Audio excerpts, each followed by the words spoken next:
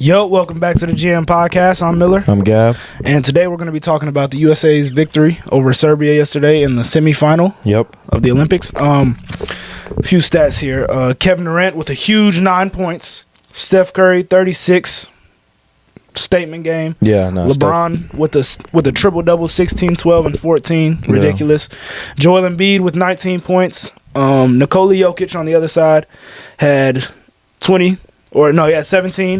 Bogdanovic with 20 points. 11 assists for Jokic. Yep. And Aleska, don't know his name, but he had 15 and felt like he couldn't miss in the first half. And I think all of those points were in the first half. So was that Micic? I don't know. They have names. Yeah. The guy who was shooting lefty. Oh, that's not Micic. Okay. Yeah. But first off, I just would want to say, like, watching that game yesterday and watching us come back was the most hype I've been for a team that wasn't my team. Yeah. In my entire life. Like, it was like watching the Eagles game. Like, I was watching it with my dad. We're just hyped. Yeah. For the USA. Like, it was crazy to watch. You watching with your dad? Yeah. How was your experience watching this game? So, it's hard to skip this for, but I was happy. Like, watching Steph was just like, yeah, amazing, bro. He kept us in it. Yeah, it reminded me of just watching little Warriors teams as a kid. Like when he turned around first quarter, had first 14 of the game. Like, shot that 3 in the corner, turned around. Like, that's just like, dang. And then LeBron, they poked the bear. That was the second triple double in Olympic history. He has the other one.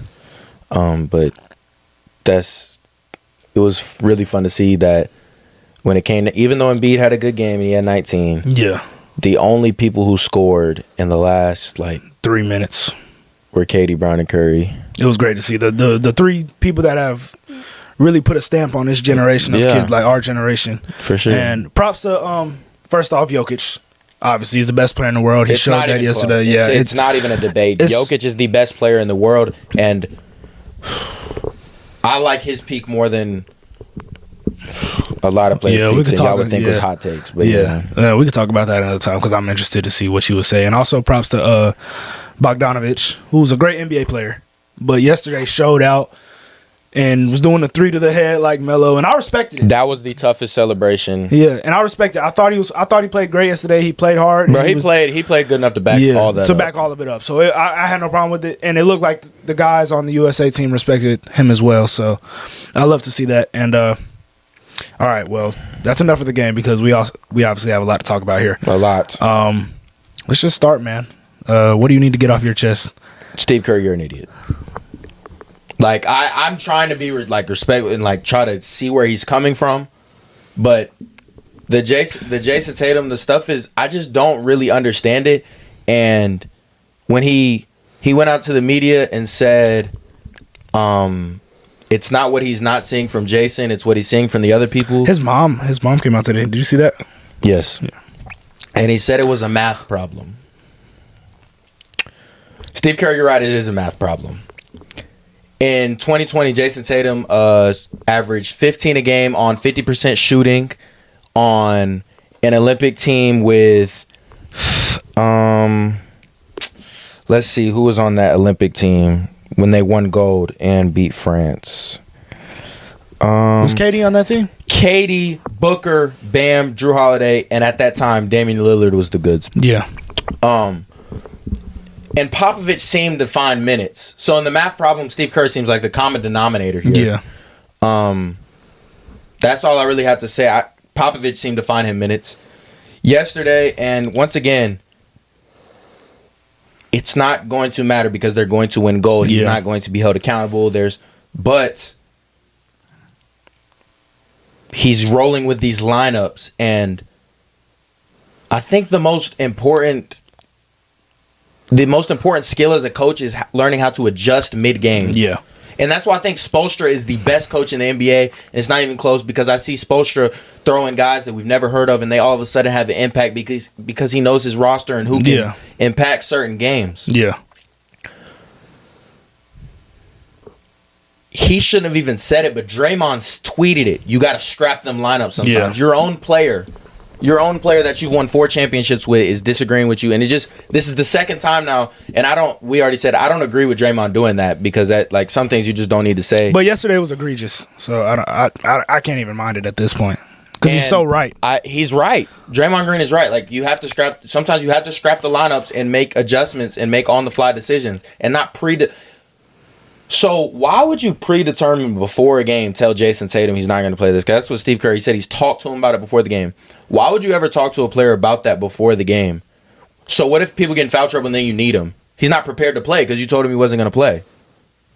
I just don't understand it at all. Yeah. And once again, I mean, Anthony Edwards, Bam, Anthony Davis, Drew Holiday, Derek White, they all had under 4 or less points yesterday, and I just don't understand what they're doing so much better out there that Tatum can't get 5 to 10 minutes. Yeah.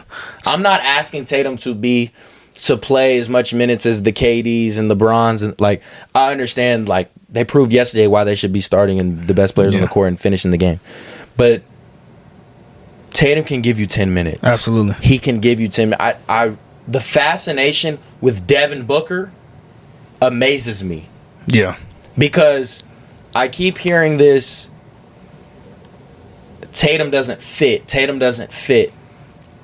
So on the Boston Celtics, Tatum struggled in the finals, and he decided that he was going to distribute the ball. Absolutely. Instead of go for 30 every game, and it won him the NBA Finals. He sacrificed. So why on a team with KD, Braun, Curry, and all these players would he not do that even more? Absolutely.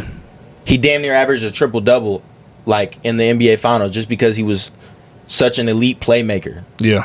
So I'm really trying to understand where this fit thing comes, because Devin Booker is not shooting the 3-ball, like, at a very elite level. He's not an elite 3-ball shooter. And instead of yesterday, I mean, you saw they would do pick and roll, and they would switch Booker or the little guard onto Jokic. If you switch Tatum, and then it goes from LeBron and you're switching a 6'10" Tatum, it's not as bad. Jokic can't just bully it as easily. Yeah. I just don't understand it. That's all I have to say about it. I just don't understand from a coaching perspective how you can't find Jayson Tatum 5 to 10 minutes, and it's becoming a cool trend to hate on Jayson Tatum. But those people, like, behind their phones, like, hating and stuff, they can't tell me that if they were the coach, they wouldn't find him 5 to 10 minutes. They probably wouldn't, though. But that's on them. Yeah. But it's disrespect.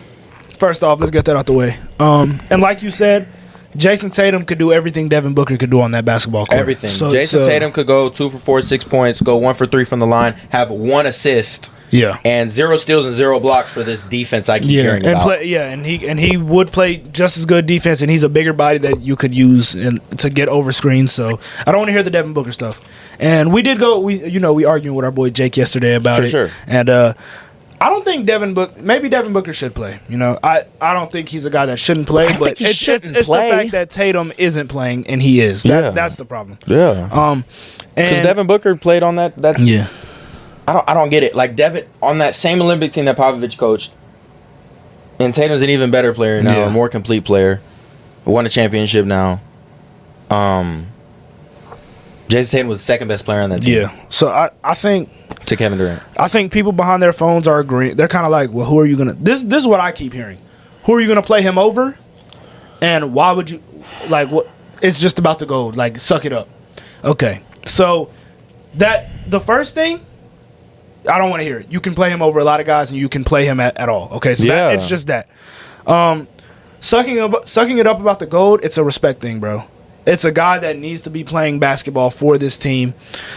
It's a guy that just won an NBA championship and has an argument that he is the best NBA player on this team. I'm not saying he is, but he easily has an argument. And people like you would think that Jayson Tatum is the best NBA player on this team. I think he's the second to Anthony Edwards. Okay, so that's where the disrespect comes in. And I'm just going to propose a lineup if I was the coach, right? This is the lineup I would do, and it just makes sense to me. And it would also keep everyone happy. Right? And I don't know what lineup you're about to say, but I'm sure. Go ahead, just say it. Because like you said, this stuff won't get highlighted because they're going to win. So it looks But if they cool, lose, but if they lost, if Steph Curry doesn't go vintage Steph Curry and like, because you put Jaylen Brown on Serbia yesterday, Serbia's winning. if you put an NBA and one more NBA player, They lose. I said this yesterday, and it doesn't matter because this is not a reality. If you put Jokic, Shea, The milkman, the mailman, and I mean the Publix worker, a Publix worker, Waffle House, they would beat Team USA. Yeah. I think NBA teams could beat Team USA with currently Steve Kerr coaching this roster the way he's doing lineups. I think the Celtics beat Team USA. Yeah, so that's where I was going. So with the starting lineup, why you don't start KD is a problem already, because if you're gonna go the route to where you're playing them anyway, you might as well go out there and start Steph, KD, and Bron. And then what I would do, start Booker. But we don't want to start Kevin Durant because he wasn't there at the beginning. It doesn't make sense. So start Booker, start Embiid. That lineup you keep rolling with it. I'm not telling you to stop rolling with it. Keep rolling with it if it's your best one. But imagine your second unit with 3 of the best players on the defending champs: Jrue Holiday, Derek White, Jayson Tatum. Then you have Anthony Davis, the best defender in the league, who, by the way, will be playing with the best perimeter defender I have ever seen, who can also shoot the 3 ball, and another great defender who could shoot the 3 ball, who play on the same team, and the 2 best Americans in the NBA on your second lineup. Why can that not be a lineup? Why would that not work better? I don't know. Why would you not Edwards? Why would you not at least try it in friendlies? It doesn't make sense to me. I feel like that would at least have to be a thought to where you would play those 3 Celtics, the 3 Celtics in the same game. I don't get why that's not a thing that happened. Now the Jayson Tatum stuff, once again, and we're gonna keep reiterating this because it's important. It won't get highlighted because they're gonna win gold. But there's a certain level of disrespect that you just have to take into account. It's just not a thing that should be happening. Once again, it goes back to, it's not a big deal to the average fan because, once again, it's a trending topic to clown Jayson Tatum. Absolutely. And it's funny. I literally think it's funny as well as a fan of the Celtics and Tatum. But in all seriousness, though, people don't have a mind of their own. No. So they see something on social media about how Jayson Tatum's trash, and they just think Jayson Tatum's trash. They go along with it. They just go along with it. So, but if this happened to one of their franchise players on a possibly future dynasty and the best player on a future dynasty, I don't know. You wouldn't be saying that. We wouldn't be saying the same thing. The world would have a problem with it. Yeah. So it's just this is in my opinion, it's an under talked about storyline. The fact that this guy and it's just breezed over by a lot of people, maybe he's just not that good. And LeBron James, Kevin Durant, and Stephen Curry for one game are still better than Jayson Tatum. For sure. I have no problem. One game, I have no problem with that. In this setting, I absolutely agree. If it's tournament style, 6 games like it is, fine. But what you do is find the way for your best player on your team to play. In the NBA, Jayson Tatum is the best American player you have. Yeah. Other than Anthony Edwards. In my personal opinion. I would say. And that's it. That's it. Because LeBron James is at a point in his career where in the NBA, he can't play a full 82 and still be healthy for all his playoff games. No, AD is hurt all the time. KD could barely make it through a season. I mean, he just got swept by Anthony Edwards. And Jayson Tatum just won a ring. So the fact that he can't find any playing time for this guy, once again, is just disrespect. And that's all I can say. Yeah. It's just disrespect. The fact that you can't find him 5 to 10 minutes. Yeah. 10 minutes, bro? Yeah. Those guys that I just named that put up 4 or less points yesterday, Bam, AD, Ant, D. White, Jrue Holiday, they all had 0 to 4 points and little impact on the game, honestly. And they all played at least 10 minutes. Yeah. And that was a good thing. What this does for the Celtics is it's going to make them more hungry than they were last year. Which is amazing to even say. How does that happen after a championship? I would love to hear a Jaylen Brown, Jayson Tatum phone call right now. Oh, I know they're ready. They want to get back on that court. They don't even give a damn about the regular season. No. It's straight playoffs, and they don't want to have a path where it's. But like, imagine Warriors versus Celtics regular season this year. No, I know it's gonna be like the first time. It's gonna be like that. But Pacers, Pacers game. They don't want a Pacers series. They don't want a Cavs series. They don't want a Heat series. They want to play Philly. They want to play the Knicks this year. That's who they want. They want everybody. I'm so excited to watch the Boston Celtics play because they just got let me tell y'all right now, I'm not even a Jayson Tatum fan.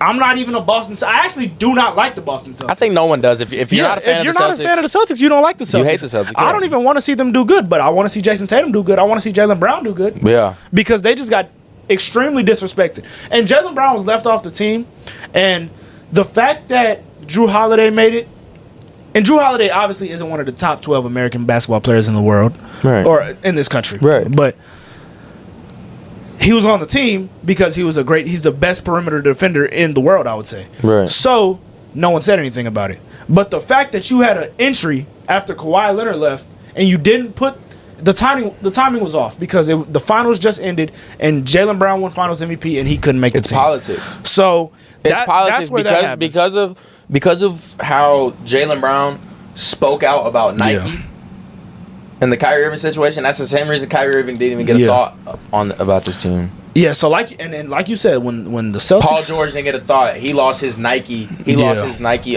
shoe.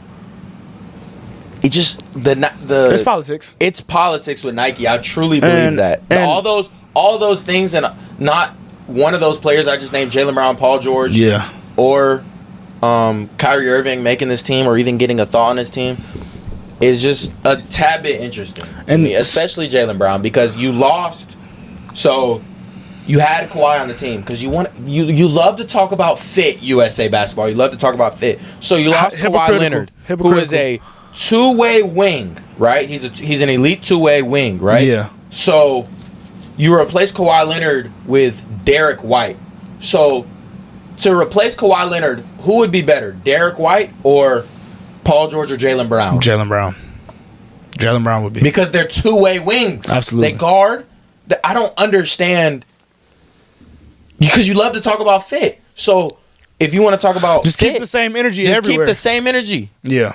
Absolutely. You lost the wing, replace him with a wing. Now, and the Warriors better make the damn playoffs this year.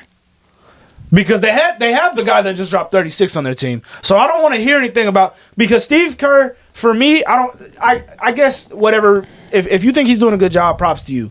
But for me, I don't give a damn if he wins gold by 30 tomorrow.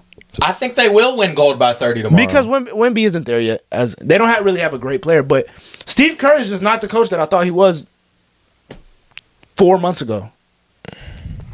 I've never been high because that 1 year that everyone was hurt. I'm not saying they had a trash roster, but if you are a Hall of Fame coach, I think you win a couple extra games. I just do. Me too. And I don't know. Another thing is, so if they don't make the playoffs this year, you have a great roster. You have Buddy Hield, you have Steph Curry, you have. I don't want to hear about a stacked West. No, I don't want to hear about that. I don't. So you got some speed questions because I think we're done. Yeah, bro. We're done with that because that's just ridiculous on Steve Kerr's part, and it's literally ridiculous. I don't understand it at all. Let's get into it. Speed questions. These are nothing crazy. I only have two. First thing, crazy. We just talked about both these things. First one, is Steph Curry good enough to take the Warriors to the playoffs next season? No. I don't think they'll make the playoffs either. Yeah. And what's your prediction for the gold medal game tomorrow, France versus USA?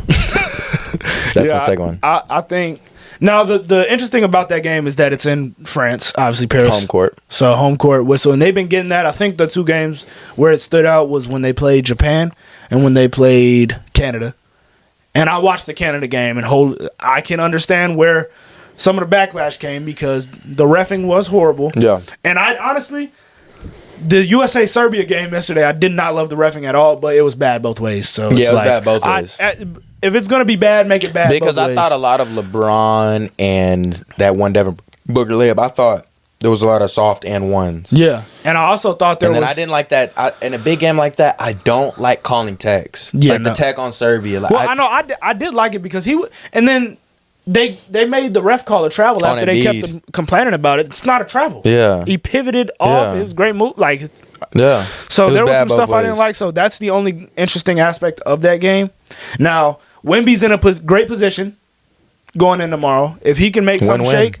If he can even make this a close game, then we're looking at Wemby as we're looking at him higher on the hierarchy of the NBA.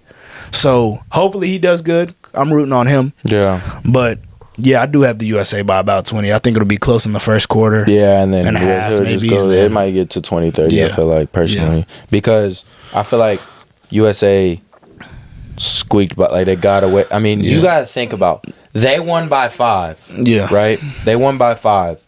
LeBron had a triple-double. Embiid had 19 all of a sudden. Curry had 36. That's something else we didn't get to talk about. Embiid. I'm proud of Embiid. Embiid, if I see you play like that you just made me more confident in my Philadelphia 76ers finals pick. I need to see you do that in the NBA. In the NBA. Just the only problem is, even though we did just see that, you can't ignore that. Nah. You can't ignore the past. You can't ignore not even the past. You can't ignore that all Olympics he's not been good either, though. And that all of a sudden he played good in that game. Well, it was important for him to play good in the best in the most. For sure. So I do hold that very highly. But do that BS in the regular season, and then when playoff season, I want to see that look in your eyes, because yesterday you could see that look in his eyes. He's playing defense on Jokic. Wanted it. And that's what and we talked about this in the last episode. It would have just been cool to see that game on Jokic where he played good against Jokic. And he got the ball in the post yesterday I think it was off of a block. He got the ball in the post on Jokic. 2 dribbles back down. Little step back, mid-range. Me and my dad went crazy. My dad's a 76ers fan.